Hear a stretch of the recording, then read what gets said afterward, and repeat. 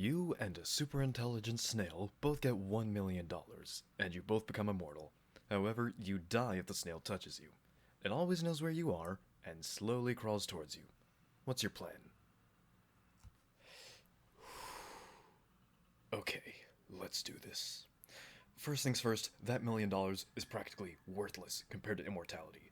Every dime of that cash can and should be spent on ensuring that snail never, ever reaches me. First things first, I keep an eye on him. It's tempting to want to hop in a plane or train and get as far away as possible, but once I do that, he's gone and I'll never see him again until 3 a.m. on July 14th, 2072, when the sneaky little cuss slips in the door and slimes onto me before I ever wake up and notice him. No. I'm going to be within visual distance of the snail, slowly moving away from it until Snail Containment Plan Part A is done. Next, I grab my phone. I call up someone I can trust with my life and tell them to come to my location within the hour and to bring a metal cash box, a good padlock, and a firearm. Once they arrive, I inform them of the deal and ask them to grab the snail, shove it into the metal box, and lock it up. Once the snail is temporarily secured, I ask my friend to carry around the box, never letting it out of their sight, and to prevent its opening with as much force as is required.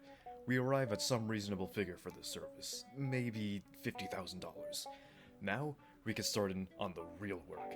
I'm on the phone again, contracting with a tungsten machining service out of Willowbrook, Illinois. I asked them to construct for me a hollow tungsten sphere with a small sealable opening, ideally via both exterior bolts and sintering. I asked them for a rush job and a thick wall depth, perhaps as much as a foot thick. The spherical shape should keep material costs as low as possible for a given thickness, but between the unusual object, large amount of tungsten, and speedy delivery, I invest a truly insane amount into this project. Let's say $100,000. I'd ask them to deliver it to my current location as fast as possible.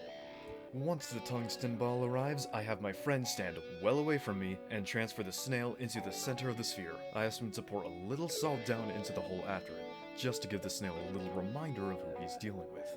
Once snail and salt are both inside, we seal the hollow sphere with the bolts. Tungsten is an amazing material.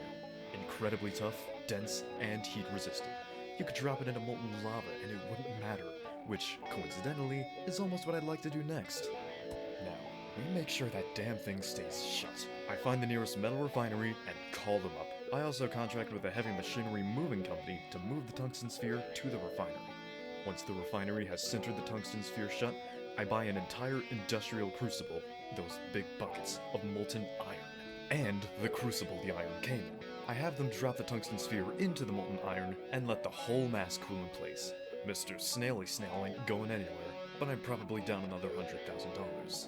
Now, I'm on the phone to specialist movers, chartering a boat. We're taking this thing halfway around the world. We take the boat right over the Marianas Trench. Not the deepest point, but deep enough. We push the whole assembly over the side.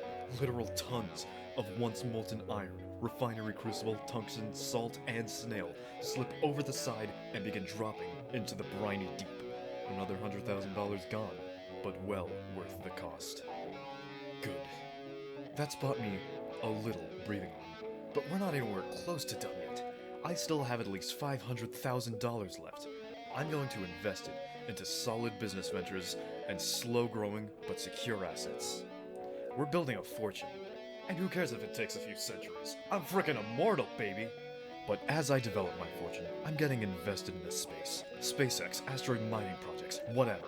I am trapped on the one planet in the entire universe where I can actually die, and I have no intention of staying there. Over the millennia, I slowly apply my fortune and influence to push mankind to the stars. And the moment living on another planet becomes viable, I'm there. The instant a habitable planet is around another star, I'm on the first generation ship heading that direction. Now, I can't think in such a short-sighted manner now. I'm immortal, and I need to think like it. Eventually, the sun is going to burn the earth to a crisp. And then that damn snail is going to be free.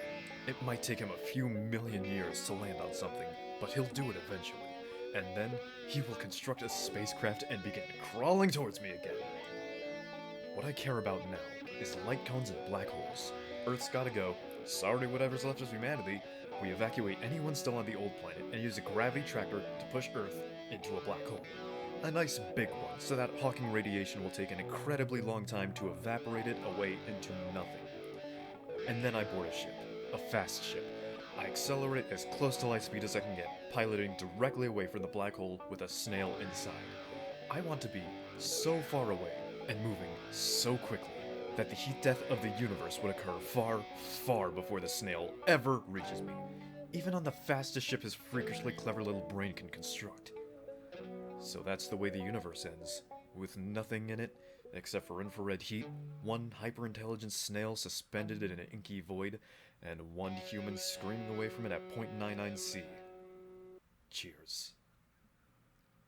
Dude, decoy snail. Oh, fuck.